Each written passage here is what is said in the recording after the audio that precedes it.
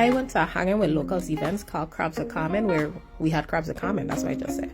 That's Carmen, in case you didn't know.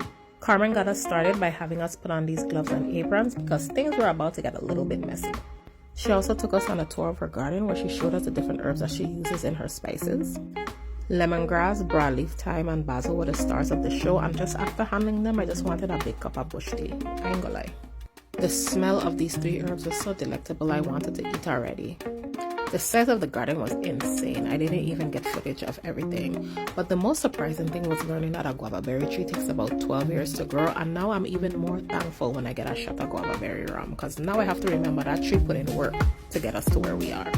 A further walk through the yard took us to the area where the crabs are held, and here Carmen took us through a history of crabbing, the cultural significance of it, how she chooses to crab, and how some people decide to use traps instead of catching crabs the old-fashioned way. One element that I loved is that Carmen purges her crabs for up to 30 days or more, typically using mango leaves for the purging process. She also gave us a crab anatomy lesson, letting us know which one was the male and which one was the female, and I'm sorry to say that I really don't pay attention when I am eating the crab, but it was a very good lesson to have. I'm not gonna lie, seeing them crawl around kind of crawled my blood a little bit, and I was kind of freaking out when it was my turn to pick a crab, and I dropped the crab, and I did explain to it that I was sorry even though we were about to cook and eat it, but hey, I had to be kind. Everyone got a chance in the crab picking process where you held the crab by the gundi, which is the giant claw. I had no idea that's what it was called. I learned something new every day. The next process is relaxing the crabs in the jacuzzi. Carmen's words, not mine, but I thought that was such a nice way of putting it. The setup was so beautiful and inviting. It really was a great experience from beginning to end.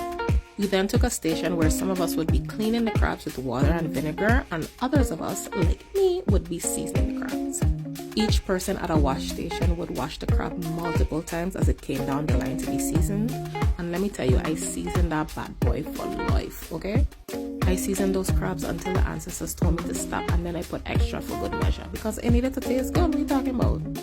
After they were all nice and seasoned, we went back over to the cooking station where Carmen started putting in all her seasonings for the sauce. At this point, everything started to smell so good and the crabs hadn't even started cooking yet. Each person put in a can of coconut milk. It was 1 coconut milk per crab. And I don't know how it was possible, but it enhanced the good smell even more. While the crabs were cooking, which was going to take about 30 minutes, we were able to sit down and have fun with each other.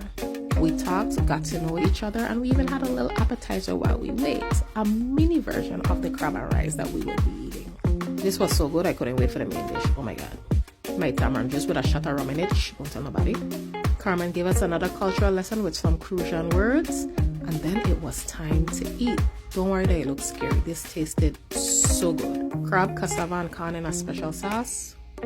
10 out of 10.